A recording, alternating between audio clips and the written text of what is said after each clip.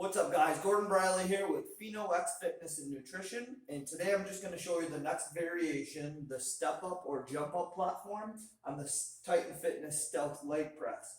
So I'll just go over how I set it up, the different ways that you can do this, and safety, all the typical stuff that we kind of go over. So what's cool about this, again with the J cups or the J hooks, you can actually raise or lower this for any height that you want. So depending on what you're doing, whether it's step ups or elevated leg lunges, you can kind of custom set that height wise. And it'll just be a matter of getting used to what holes you use for what. Again, you could make, I like to use colored dots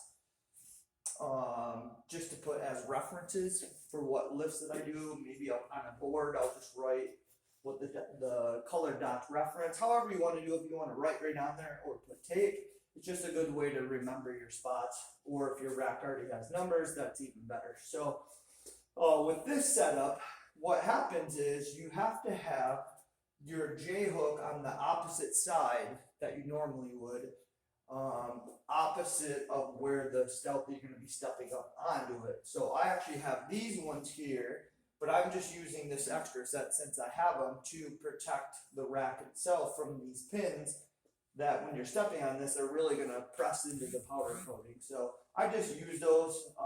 It's no big deal if you don't have them, but if you do have an extra set or something that you can just put in between there, then why not protect your rack? So this is the set that they're on, and I always make sure that with my J hooks that I'm wrapping the part that goes around to the back side.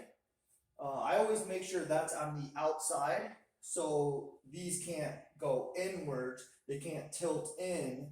They're always wrapping, no matter if it's going to be on the front, they're wrapping around the outside so they can't fold in. So the one thing about this is every rack is maybe going to be slightly different depending on how thick. So with this one, this is 2x2. If you have a 2x3, and this is when it was originally designed, was for 2x3, as far as where the holes were put to make this actually sit flat. So with this being a little bit wider, if this was 2x3, this would actually be nice and flat. But since my rack right here is 2x2, it has a slight angle to it, which I don't really care. If I'm doing step ups or jump ups, this is well within what your ankle should be able to flex through dorsiflexion. So again, you can custom set the height to whatever it is, the lift that you're doing. So there's not really much to this one. It's just kind of figuring out where to put it, how to put it. But there really is a ton of exercises you can do. And there's one that I really like, and people don't realize how much this affects their different lifts or things like their gait.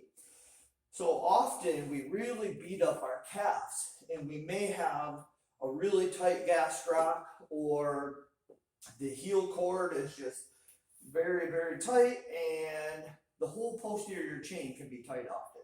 So we lack the ability to flex at the ankle or dorsiflexion, this angle. So what I really like to do, especially if I want to squat and try to maintain an upright torso, is I'll actually do some soft tissue work on my calves, this whole complex down here, and then I'll go into a stretch. So I can set this at different levels depending on how bad that I really need to stretch this whole area. I can change that angle. So to start out, I'll get up here after I did the soft tissue work, and then I'll just work on creating the angle. I'm forcing that knee forward, trying to increase this angle, and in doing so, you're going to be stretching and lengthening this whole posterior chain. So as I get better, what I can do is just move these pins